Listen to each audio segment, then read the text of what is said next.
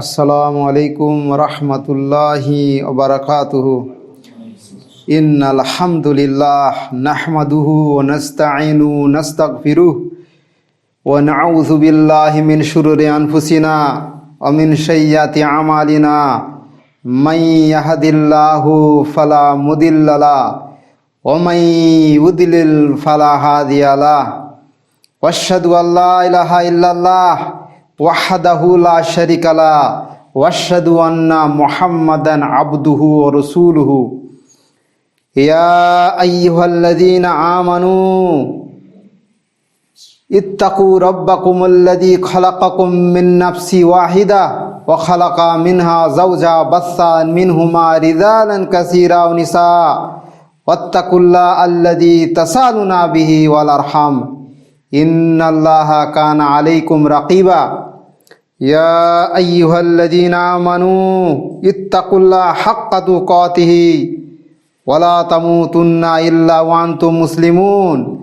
ইয়া আইয়ুহাল্লাযীনা আমানু ইত্তাকুল্লাহা কুলু কাওলান সাদীদা ইউসলিহ লাকুম আমালাকুম ওয়া ইয়াগফির লাকুম যুনুবাকুম ওয়া মান ইউতিল্লাহা রাসূলাহু ফাকাদ ফাযা ফাওজান আযীমা।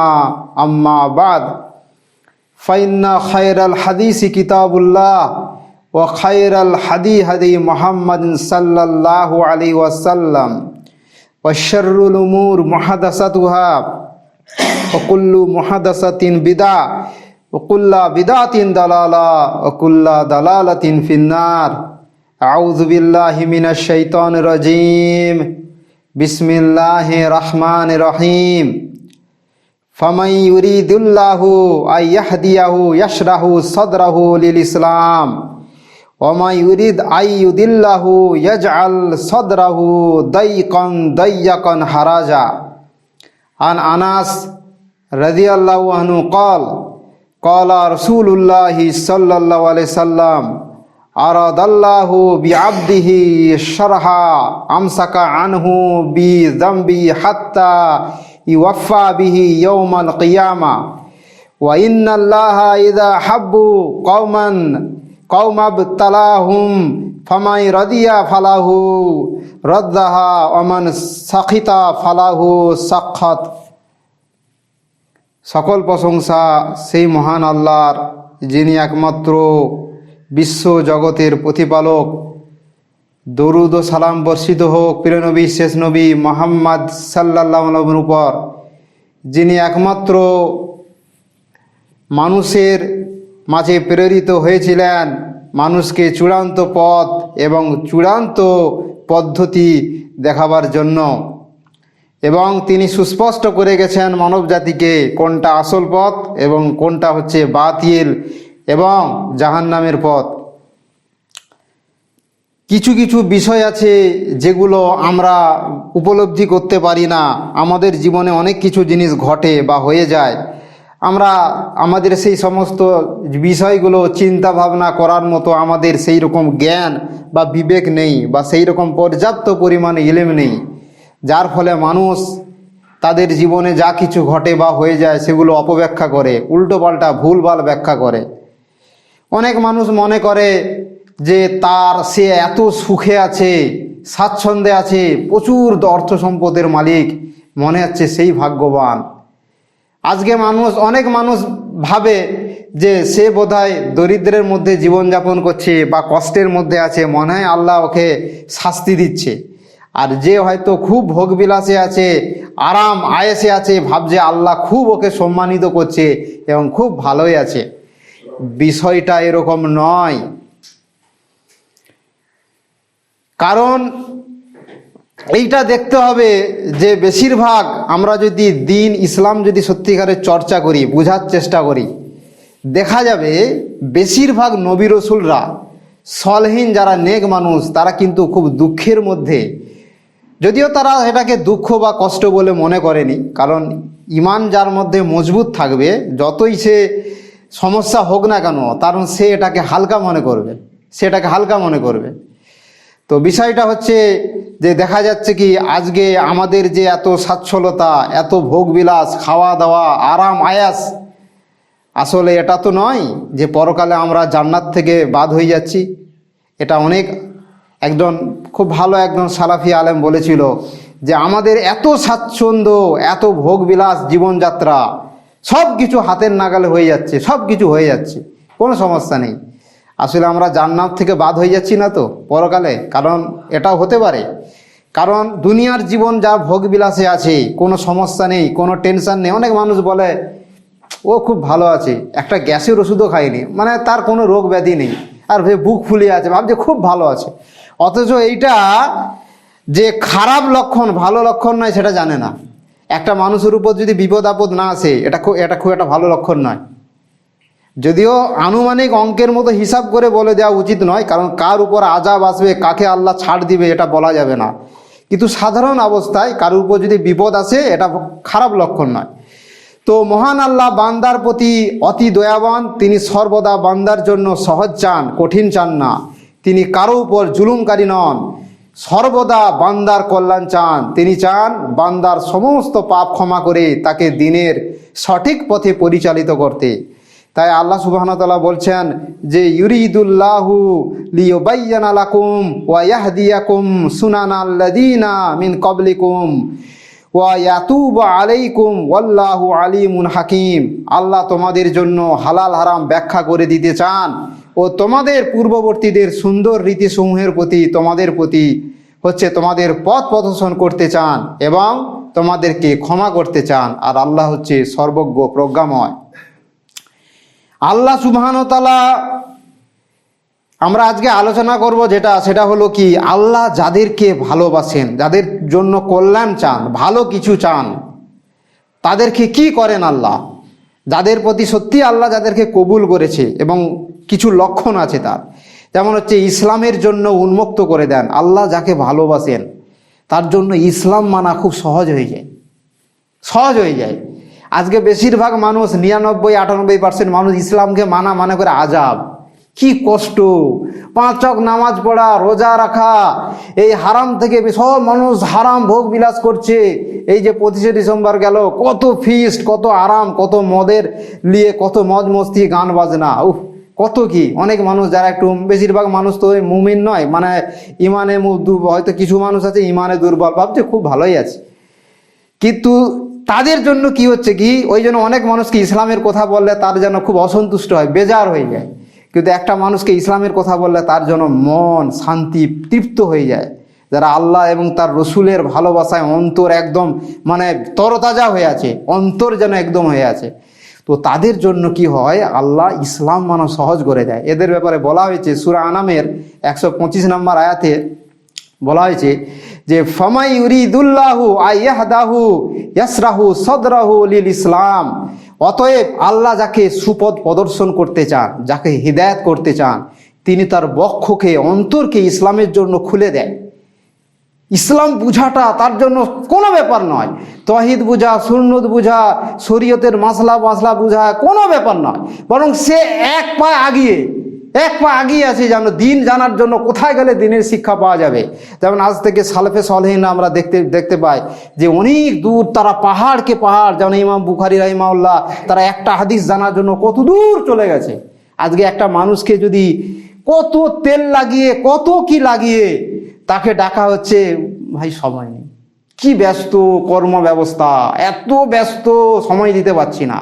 যেন মনে হয় যেন যিনি বক্তব্য দিবেন, ইসলামের দাওয়াত দিবেন, মানে যেন তার জন্য কি ঠিকা হয়ে পড়ছে, মানে তার জন্য বিশাল কিছু লাভ হচ্ছে, তাকে ধরে বেঁধে নিয়ে আসতে হবে।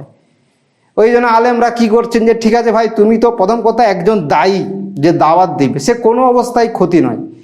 দাওয়াতি কাজ যারা করে তারা ভাবে তুই শুন আর নাই শুন, তোমার কাছে তুমি মানো না মানো, আমার কথা হচ্ছে আমি তোমার কাছে মেসেজ পৌঁছাবো, ইসলামের যে কথা সেটা তোমার কাছে পৌঁছাবো। এটা দায়ীর অনেক কল্যাণ হয়, কারণ দাওয়াতি কাজ করলে দায়ীর দুনিয়া এবং পরকালে প্রচুর পরিমাণে বরকত আসে। প্রথম কথা, তার ঈমান নেক আমল বেড়ে যায়, তার আমল তাকওয়া পরেজগারিতা বেড়ে যায়, এবং দায়ী সর্বাবস্থায় কল্যাণ, সর্বাবস্থায়, সে মানুক নাই মানুক। তো সেটা হচ্ছে কি, যারা কি করে, আল্লাহ যাকে ভালোবাসেন তাকে ইসলামের জন্য তার বুক অন্তরকে খুলে দেন এবং কি করেন, ওমাই ইউরিদ আইয়ুদিল্লাহু ইয়াজআল্লাহু সাদরাহু দাইয়াকান হারাজা। তো তারপর কি করে হচ্ছে, আর যাকে পথভ্রষ্ট করতে চান, যাকে গুমরা করতে চান, তার বক্ষকে সংকীর্ণ সংকুচিত করে দেন। যাকে জাহান্নামে নিয়ে যেতে চায় ও জাহান্নামে যাবেই, কিন্তু তাকে কি করতে চান, তার বক্ষকে সংকুচিত করে দেন। আজকে আমাদের সমাজে যেসব নাস্তিক মুনাফিকরা আছে, তারা ইসলামের বিরুদ্ধে কথা বলতেছে, ভালো ভালো নেক মানুষদের বিরুদ্ধে কথা বলতেছে। কারণ কি, তাদের জন্য ইসলামটা কঠিন, ইসলাম যেন জটিল, অথচ সে কত কি বুঝে দিনের। স্মার্টফোন সম্পর্কে সব কিছু জানে, কোথা কি পাওয়া যাবে, কোথা ফ্রি অ্যাপস আছে, কোথা থেকে কি ডাউনলোড করতে হবে সব জানে।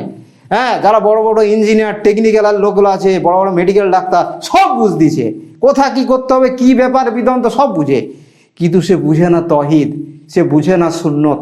আল্লাহ সুবহানাহু ওয়া তাআলা এক একক, তিনি ছাড়া যে সত্য কোনো মাবুদ নেই, তার এই কথা তার মগজে ঢুকে না। আর নাহলে সে সব বুঝে, সমস্ত কিছু বুঝে, কত জটিল জটিল বিষয় আছে সায়েন্সের, সেগুলো সব বুঝে গেছে, কিন্তু বুঝছে না, ইসলাম বুঝে না। তার মানে কি, আল্লাহ তার অকল্যাণ চায়, তাকে ইসলাম বোঝার তৌফিক দেয়নি। তারপর সূরা জুমারে 22 নম্বর আয়াতে বলা হয়েছে যে আফামান সারাহাল্লাহু সাদরাহু লিল ইসলামি ফাহুয়া আলা নূরিহি মির রাব্বিহি। যার বক্ষকে আল্লাহ ইসলামের জন্য উন্মুক্ত করে দিতে চান, যার অন্তরকে আল্লাহ ইসলামের জন্য খুলে দিতে চায়, অতঃপর সে তার প্রতিপালকের দেয়া জ্যোতির মধ্যে থাকে, জ্যোতির মধ্যে রয়েছে। তারপর আরেকটা বিষয় হচ্ছে, আল্লাহ যাকে ভালোবাসে তাকে তওবা করার সুযোগ দেয়। সে গুনাহ করছে, আল্লাহ যাকে ভালোবাসে তাকে তওবা করা, মানে ওই গুনাহ থেকে তওবা মানে কি, ফিরে আসা, ইউটার্ন করা, যেটা করছিল সে তার থেকে ছেড়ে ছুড়ে ফেলে দিয়ে চলে এলো। তো আল্লাহ যার কল্যাণ চান সে ব্যক্তি তওবার সুযোগ পায়। আল্লাহ সুবহানাহু ওয়া তাআলা বলছেন সূরা নিসার 27 নম্বর আয়াতে, ওয়াল্লাহু ইউরিদু আইয়াতুবু আলাইকুম। আর আল্লাহ চান তোমাদের তওবা কবুল করতে, আল্লাহ চায় কি, তওবা কবুল করতে। তারপর বিপদ আপদের সম্মুখীন করেন, আল্লাহ যাকে ভালোবাসেন বিপদ আপদ দেয়। তেমন বলা হচ্ছে সূরা বাকারার 155 নম্বর আয়াতে বলা আছে, ওয়ালা নাবলুওয়ান্নাকুম বিশাইয়্যিম মিনাল খাউফি ওয়াল জু ওয়া নাকসিম মিন আমওয়ালিল ওয়া আনফুসি ওয়াস সামারাত। আর অবশ্যই আমরা তোমাদের পরীক্ষা করব কিছুটা ভয়, ক্ষুধা ও ধন প্রাণীর ক্ষতির মাধ্যমে এবং ফল শস্যাদি বিনষ্টের মাধ্যমে। তোমরা যে ঈমান এনেছো, ভাবছো বড় আমরা তো মুসলমান হয়ে গেছি, খুব দিনদার, আমরা ধার্মিক, ঠিক আছে, তোমাদের পরীক্ষা করব কি ভাবে, ভয় দিয়ে, ক্ষুধা দিয়ে, ধন ও প্রাণের ক্ষতির মাধ্যমে। এই যে মানুষের কাছে একটু যদি বিপদ আসে বলে, কত কি উল্টাপাল্টা কথা বলে, আল্লাহ সম্পর্কে ভুলভাল কথা বলে, আল্লাহকে গালি দেয়, উল্টাপাল্টা কথা বলে। একটু হয়তো ঝড় ঝঞ্ঝা এসছে, দিনের পর দিন 4 দিন বৃষ্টি হচ্ছে, বলে হ্যাঁ কি এই বৃষ্টি যেন কি দেখতে পাইনি, যেন বৃষ্টি যে কোথা থেকে এসে যায়, এই যে মেঘ যেন কি দেখছে, যেন মানে মেঘ যেন নিজের ক্ষমতায় বৃষ্টি দিচ্ছে, আল্লাহর পক্ষ থেকে যে আসছে এটা সে বুঝতে যায় না। একটু গরম হয়েছে, কি যে দিনকাল পড়ছে, এত গরম, মানুষ টিকতে পারছে না। এইগুলা হচ্ছে অধৈর্য উঠা, আল্লাহর প্রতি অসন্তুষ্ট। ওই জন্য নবী সাল্লাল্লাহু আলাইহি ওয়াসাল্লাম বলছে, আদম সন্তান আমাকে গালি দেয়। কিরম গালি দেয়? বাতাসকে গালি দেয়, গরমকে গালি দেয়, ওয়েদারকে গালি দেয়, বিভিন্ন আবহাওয়াকে গালি দেয়। এগুলো হচ্ছে আল্লাহকে গালি দেয়, কারণ এগুলো পরিবর্তন কে করছে? একমাত্র আল্লাহ, কোনো মানুষ নয়, কোনো সৃষ্টি নয়, কোনো জিন বা ফেরেশতা নয়। তারপর আনাস রাদিয়াল্লাহু আনহু বলছেন, রাসূল সাল্লাল্লাহু আলাইহি ওয়াসাল্লাম বলছেন যে ইযা আরাদাল্লাহু বিআবদিহিল খায়র, আল্লাহ তাআলা যখন তার কোনো বান্দার মঙ্গল সাধনের ইচ্ছা করেন, তখন কি করে? আজ্জালা লাহুল উকুবাতা ফি দুনিয়া, তখন দুনিয়া তাকে অতি তাড়াতাড়ি বিপদ আপদের সম্মুখীন করেন। আল্লাহ যখন যাকে ভালোবাসেন তাকে বিপদ আপদের সম্মুখীন করেন। তারপর ওয়াইদা আরাদাল্লাহু বিআবদিহি শার, আর যখন তিনি কোনো বান্দার অকল্যাণ ইচ্ছা করেন, যখন কোনো বান্দার ক্ষতি চায়, তখন কি করে? হাত্তা ইউআফা বিহি ইয়াউমাল কিয়ামা, অবশেষে কিয়ামতের দিন তাকে ওর পরিপূর্ণ শাস্তি প্রদান করেন। তখন কি করেন? তখন তার গুনাহের শাস্তি প্রদান থেকে বিরত থাকেন। আল্লাহ যখন কি করেন? ওয়াইজা আরাদাল্লাহু বিশার, যখন কোনো বান্দার অকল্যাণ চান, কিছু ক্ষতি চান, তখন কি করে? আমসাকা আনহু বিযামবি, তখন তার গুনাহের শাস্তি প্রদান থেকে বিরত থাকেন।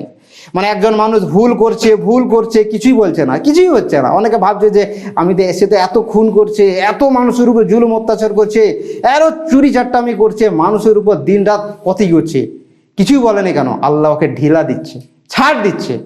এবং কি করে? তখন তার ওই গুনাহ যে করছে তার শাস্তি থেকে বিরত থাকেন। তারপর কি হয়? হাত্তা ইউফা বিহি ইয়াউমাল কিয়ামা, তখন অবশেষে কিয়ামতের দিন তাকে ওর পরিপূর্ণ শাস্তি প্রদান করেন। কিয়ামতে পরিপূর্ণ তাকে বদলা দেওয়া হবে তার কুকর্মের জন্য, তাকে অন্যায়ের জন্য। ওয়া ইন্নাল্লাহা ইদা হাব্বু কওমা আবতালাহুম, ওয়া ইন্নাল্লাহা ইদা হাব্বু কওমা আবতালাহুম, আর আল্লাহ তাআলা যখন কোনো সম্প্রদায়কে ভালোবাসেন তখন তাদের তিনি পরীক্ষায় ফেলে দেন। ফামান রাদিয়া ফালাহু ফামাহু রাদাউ ওমান সাখিতা ফালাহু সাখাত, যে তাতে অসন্তুষ্ট থাকে তার জন্য আল্লাহর সন্তুষ্টি থাকে, আর যে তাতে অসন্তুষ্টি হয় তার জন্য আল্লাহর অসন্তুষ্টি থাকে।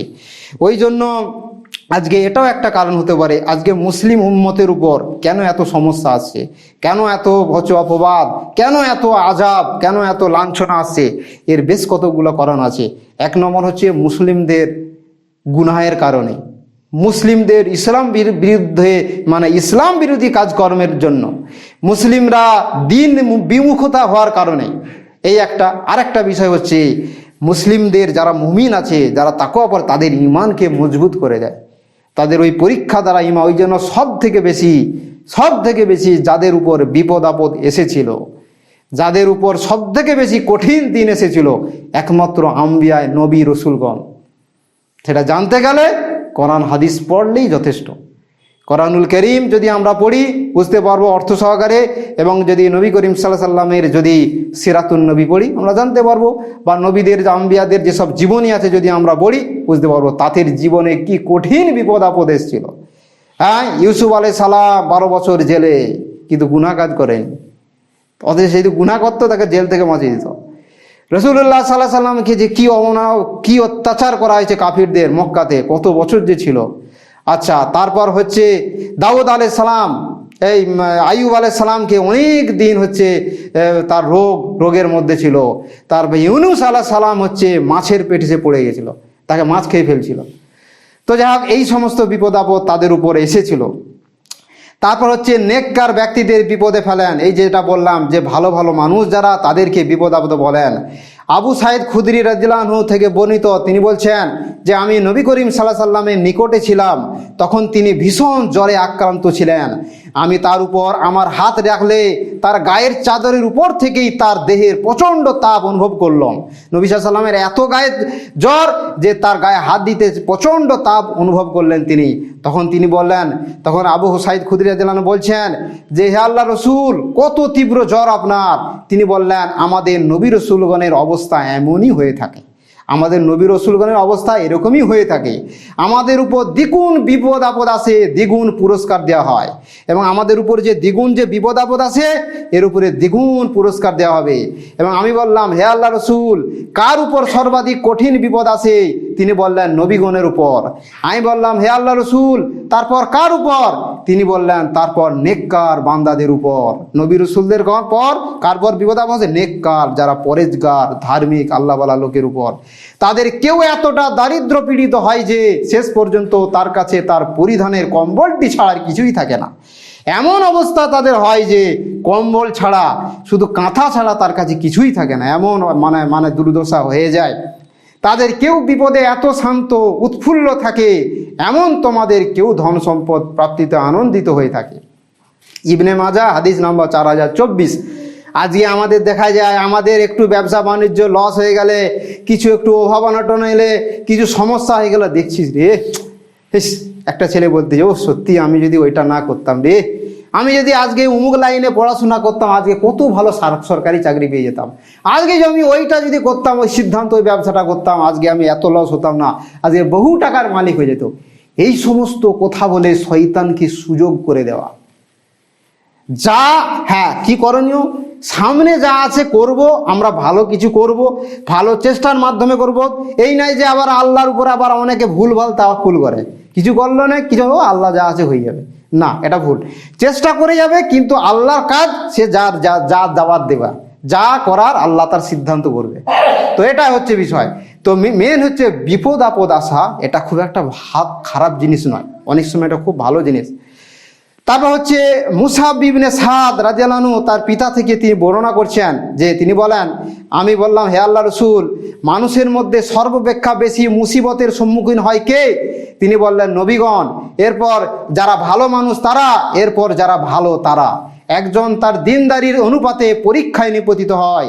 যদি সে তার দিনে মজবুত হয় তবে তার পরীক্ষাও তুলনামূলকভাবে কঠিন হয়, আর যদি সে দিনের ক্ষেত্রে দুর্বল হালকা হয় তবে সে তার দিনদারির অনুপাতেই পরীক্ষার সম্মুখীন হয়। এভাবে বান্দা বিপদ আপদে পড়তে থাকে, শেষ পর্যন্ত সে পৃথিবীতে এমনভাবে বিচরণ করতে থাকে যে তার উপর কোনো গুনাহ থাকে না। আল্লাহু আকবার। হাদিস কত?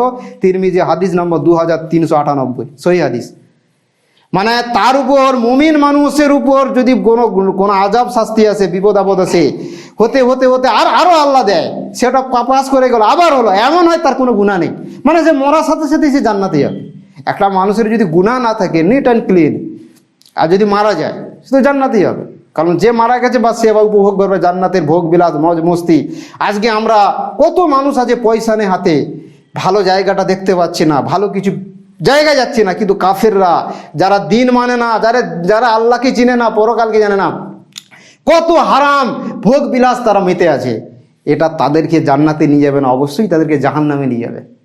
কিন্তু একটু যদি ধরে দেওয়া যায়, ইমান ইসলামের যদি থাকা যায়, কষ্ট করে আল্লাহর ইবাদত সত্যিকারে করা যায়, রসুল সাল্লাল্লাহু আলাইহি ওয়াসাল্লামের সত্যিকারে আমরা যদি আনুগত্য করি ইনশাল্লাহ, তাহলে আমরা কি, আমাদের পরিণাম খুব ভালো হবে, জান্নাতে ইনশাল্লাহ আমরা যেতে পারবো। আল্লাহ সুবহানাহু ওয়া তাআলা যেন আমাদের প্রত্যেককে সত্যিকারের আল্লাহর যে কল্যাণ আছে, এই কল্যাণকে সঠিকভাবে ঈমান এবং নেক আমলের দ্বারা অর্জন করা তৌফিক দান করেন, এবং আমাদের যে কোনো অবস্থায় আল্লাহ যাতে আমাদের ধৈর্যশীলতার বৃদ্ধি করে দেন, সেই তৌফিক দান করেন। আলহামদুলিল্লাহি রাব্বিল আলামিন, ওয়াসসালাতু ওয়াসসালামু আলা রাসূলিল কারীম ওয়া আলা আলিহি ওয়া সাহবিহি আজমাইন, আম্মা বাদ।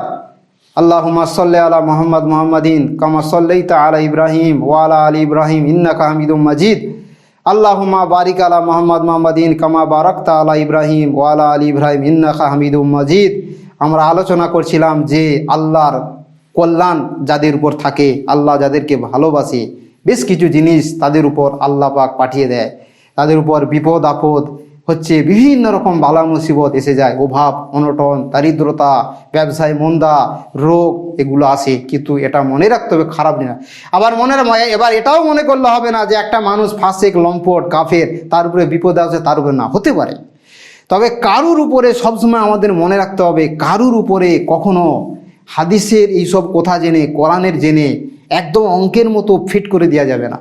কারণ অনেক মানুষ আছে যারা এখন আমরা দেখতে পাচ্ছি তারা গুনাহের উপর আছে, কিন্তু তারা শেষ জীবনে হিদায়াত পাবে, হতে পারে। এর কয়েকটা উদাহরণ, খালিদ বিন ওয়ালিদ রাদিয়াল্লাহু আনহু, তিনি যেই পথে ছিলেন, কি পথে? রাসূল সাল্লাল্লাহু আলাইহি ওয়াসাল্লামকে মারার জন্য কাফেরদের হয়ে যুদ্ধ করছে। কাদের বিরুদ্ধে? সাহাবে কেরামদের বিরুদ্ধে, রাসূল সাল্লাল্লাহু আলাইহি ওয়াসাল্লামের বিরুদ্ধে। অথচ আমরা যদি ওই সময় থাকতো, এই খালিদ তুই জাহান্নামে চলে গেছিস, ও তোর শেষ, তুই আর জীবনে হিদায়াত হবে না। কিন্তু শেষ জীবনে সে হিদায়াত পেয়ে গেছে। সে হয়ে ছিল কাফের, পরবর্তীকালে হয়ে গেল সাইফুল্লাহ। সাইফুল্লাহ মানে আল্লাহর তলোয়ার, আল্লাহর পক্ষ থেকে, মুসলিমদের পক্ষ থেকে, মুসলিমদের হয়ে কাফেরদের বিরুদ্ধে লড়াই করেছে। তারপর আর কে হচ্ছে ছিল আবু সুফিয়ান, সেও হিদায়াত পেয়ে গেছিল। সুতরাং কাউকে বলা যাবে না যে ওটা করছে, ও নামাজ পড়ছে না, দিন ধর্ম করছে না, না ও জাহান্নামে চলে গেছে, ও জাহান্নামে যাবেই না, একথা বলা। আমাদের অনেক মূর্খ আবেগী মানুষরা এরকম বলে যায়, এরকম বলা উচিত না। কারণ কে কিভাবে কোন অবস্থায় যাবে, হয়তো এটা হতে পারে এবং হচ্ছে। এটা নামাজি থেকে বেনামাজি অনেক মানুষ হচ্ছে, অনেক। সে নামাজ পড়তো, তাহাজ্জুদে পড়তো, নফল নামাজ পড়তো, কি কোরআন তেলাওয়াত করতো, সব কিছু দিনের কথা বলতো, বাস এখন সব ছেড়ে দিচ্ছে।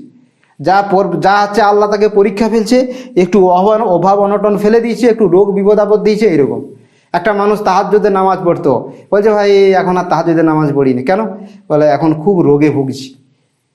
মানে সব ছেড়ে দিয়েছে, মানে আল্লাহ যে পরীক্ষা নিয়েছে, যে ফেল হয়ে গেছে। মানে একটু আগে যে সূরা বাকারা আয়াতটা বললাম, যে তোমাদেরকে অবশ্যই আমি পরীক্ষা করব ভয়, ক্ষুধা এবং হচ্ছে বিপদ আপদ দিয়ে। সে তার মানে যে পরীক্ষা করছে, সে ফেল হয়ে গেল। তার মানে আমাদেরকে দিনের উপর অটল থাকতে হবে। তারপর হচ্ছে আল্লাহ সুবহানাহু ওয়া তাআলা আরেকটা হচ্ছে কল্যাণ যাদের উপর চান তাদের উপর কি করেন, তাকওয়াশীল করে দেন, তাকওয়া পরেজগারিতা আল্লাহ বৃদ্ধি করে দেয়। যেমন হচ্ছে আল্লাহ যখন কোনো বান্দা ইদা আরাদাল্লাহু বিআবদিহিল খায়রা জাআলাহু গিনাহু ফি নাফসিহি ওয়া তুকআউ ফি কলবিহি ওয়া ইদা আরাদাল্লাহু বিআবদিহিল শাররা জাআলা ফাকরাহু বাইনা আইনাই। আল্লাহ যখন কোনো বান্দার কল্যাণ চান তখন তিনি তার অন্তর ধনী করে দেন এবং হচ্ছে কি করেন, তার অন্তরে তাকওয়া দান করেন। এবং আর আল্লাহ যার অকল্যাণ চান তখন তিনি তার সামনে দরিদ্রতা ছড়িয়ে দেন। তারপর হচ্ছে সত্যবাদী ও ন্যায়পরায়ণের সঙ্গী দেন। আল্লাহ যখন কোনো নেতার কল্যাণ চান তখন তার উত্তম সঙ্গী দান করেন। আয়েশা রাদিয়াল্লাহু আনহা বলছেন, রাসূল সাল্লাল্লাহু আলাইহি ওয়াসাল্লাম বলছেন, আল্লাহ তাআলা যখন কোনো নেতার জন্য কল্যাণের ফায়সালা করেন, কখন কোনো নেতা মানে শাসকের যখন কিছু ভালো চায় তখন তিনি তাকে সত্যবাদী ন্যায়নিষ্ঠ হচ্ছে উজির দান করেন। যদি তিনি নেতা কিছু ভুলে যান তখন সেই উজির মানে যে পরামর্শ দিবে আর কি তাকে স্মরণ করিয়ে দেয়। আর আমির যদি তা স্মরণ রাখেন তখন উজির তাকে সাহায্য করে। পক্ষান্তরে আল্লাহ তাআলা কোনো নেতার জন্য অকল্যাণের ফায়সালা করলে তখন তাকে সেই যে পরামর্শ, যে সংসদ যে পরামর্শ দিবে তাকে তিনি দান করেন। তারপর হচ্ছে দিনের জ্ঞান দান করা, এটা একটা বিশাল বড় জিনিস। আল্লাহ যাকে ভালোবাসেন তাকে দিনের জ্ঞান দান করেন। ওই জন্য সব মানুষ অনেক কিছু কল্যাণ হাসিল করলেও অনেক মানুষ আছে দেখা যায় জেনারেল শিক্ষিত, তারা অনেক কিছু বুঝে, মেডিকেল সায়েন্স বুঝে, সায়েন্স সাবজেক্ট বুঝে, জিওগ্রাফি বুঝে, হিস্ট্রি বুঝে, সব কিছু বুঝে, রাজনীতি বুঝে, পলিটিক্স বুঝে, কম্পিউটার সম্পর্কে ভালো জ্ঞান আছে, মোবাইল সম্পর্কে বুঝে, সব বুঝে, কিন্তু সে দিন সম্পর্কে কোনো জ্ঞান নেই, কোনো জ্ঞান নেই। তৌহিদ সম্পর্কে কোনো জ্ঞান নেই, সুন্নত সম্পর্কে জ্ঞান নেই, কি করলে ইমান থেকে বেরিয়ে যাবে, কি করলে হচ্ছে একজন মানুষ বেঈমান হয়ে যাবে, সেসব কোনো জ্ঞান নেই। শুধু হচ্ছে কি ঠিকা সারা নামাজ পড়ে, কোনো রকম নামাজ পড়ে, কিছু দোয়া মুখস্থ রাখছে, কিছু সূরাবাস ওই দিয়েই সে চালিয়ে যাচ্ছে। সুতরাং এটা কি হচ্ছে, দিনের যাকে ভালোবাসে তাকে আল্লাহ দিনের দান করেন। তাই বলছেন আন মুআবিয়া রাদিয়াল্লাহু আনহু ক্বালা রাসূলুল্লাহ সাল্লাল্লাহু আলাইহি সাল্লাম মান ইউরিদুল্লাহু বিহি খায়রা ইউফাক্কিহু ফিদ্দীন ওয়া ইন্নামা আনা কাসিমুন আল্লাহু ইউতি। আল্লাহ তাআলা যার কল্যাণ চান তাকে দিনের প্রজ্ঞা দান করেন। আল্লাহ যাকে ভালোবাসেন তাকে ইসলাম সম্পর্কে, দিনের সম্পর্কে জ্ঞান দান করেন। আল্লাহ হচ্ছে দানকারী আর আমি হচ্ছে বন্টনকারী, সহিহ বুখারীর হাদিস। তারপর হচ্ছে আল্লাহ যাকে ইচ্ছে বিশেষ প্রজ্ঞা দান করেন, আর যাকে এই প্রজ্ঞায় উক্ত দান করা হয় তাকে অনেক কল্যাণ দান করা হয়। তারপর যে ব্যক্তি জ্ঞানার্জনের জন্য, কোনো মানুষ যদি জ্ঞান অর্জনের জন্য, ইলম হাসিল করার জন্য হচ্ছে বের হয়ে যায়, সে ফিরে না আসা পর্যন্ত আল্লাহর পথেই রয়েছে। কোনো ব্যক্তি জ্ঞান অর্জনের জন্য বের হয়েছে, সে ফিরে না আসা পর্যন্ত আল্লাহ পথে রয়েছে। তারপর আরেকটা বিষয় হচ্ছে যে জ্ঞান অর্জন করে, অন্বেষণ করে, তার জন্য বিশাল ফজিলত রয়েছে। যেমন হচ্ছে যে ব্যক্তি জ্ঞান অর্জনের জন্য কোনো পথ অবলম্বন করে, আল্লাহ তাআলা তার জন্য জান্নাতের দিকে একটি পথ সুগম করে দেন এবং ফেরেশতাগণ জ্ঞান অন্বেষণকারীর সন্তুষ্টির জন্য তাদের পাখাসমূহ বিছিয়ে দেন। আর জ্ঞান অন্বেষণকারীর জন্য আসমান ও জমিনবাসী আল্লাহর নিকট ক্ষমা প্রার্থনা করেন। যে জ্ঞান অন্বেষণ করছে, যে জ্ঞান অর্জন করছে, তার জন্য সব কিছু দোয়া বসে, এমনকি সমুদ্রের মাছও পর্যন্ত তার জন্য দোয়া করেন। তারপর বলা হচ্ছে যে এমনকি পানির মধ্যে মাছও নিশ্চয়ই কোনো আবেদের উপর আলেমের মর্যাদা তারকারাজির উপর চাঁদের মর্যাদার সমতুল্য।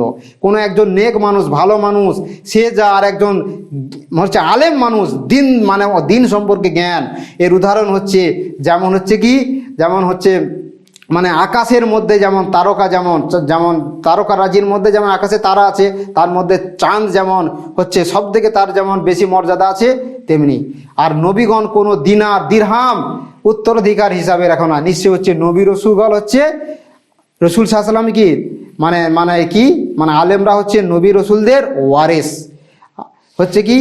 তারপর কি হচ্ছে, কেন? কারণ তাদের যে জ্ঞান খেয়ে আমাদের পর্যন্ত পৌঁছিয়েছে কার? রাসূল সাল্লাল্লাহু আলাইহি ওয়াসাল্লাম বা নবীদের যে জ্ঞান কে পৌঁছিয়েছে? একমাত্র আলেমরা পৌঁছিয়েছেন।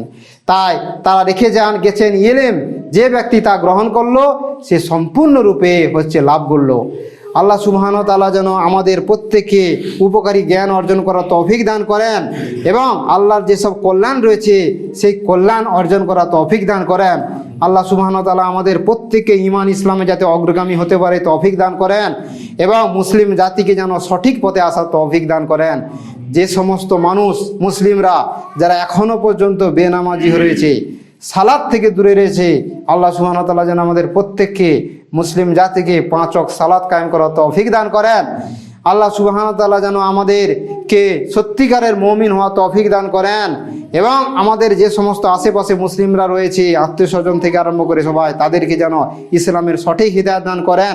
এই যেমন যে সমস্ত মুসলিমরা তারা গুনহার কাজ করে কবরে চলে গেছে, তাদের জন্য আল্লাহ সুবহানাহু ওয়া তাআলা গুনাহ খাতা ক্ষমা করে দেন এবং তাদের কবরে আযাবকে দূর করে দেন।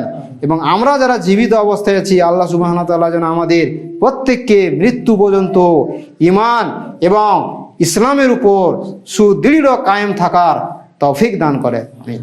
সুবহানা রাব্বিকা রাব্বিল ইজ্জাতি আম্মা ইয়াসিফুন ওয়া সালামুন আলাল মুরসালিন ওয়ালহামদুলিল্লাহি রাব্বিল আলামিন।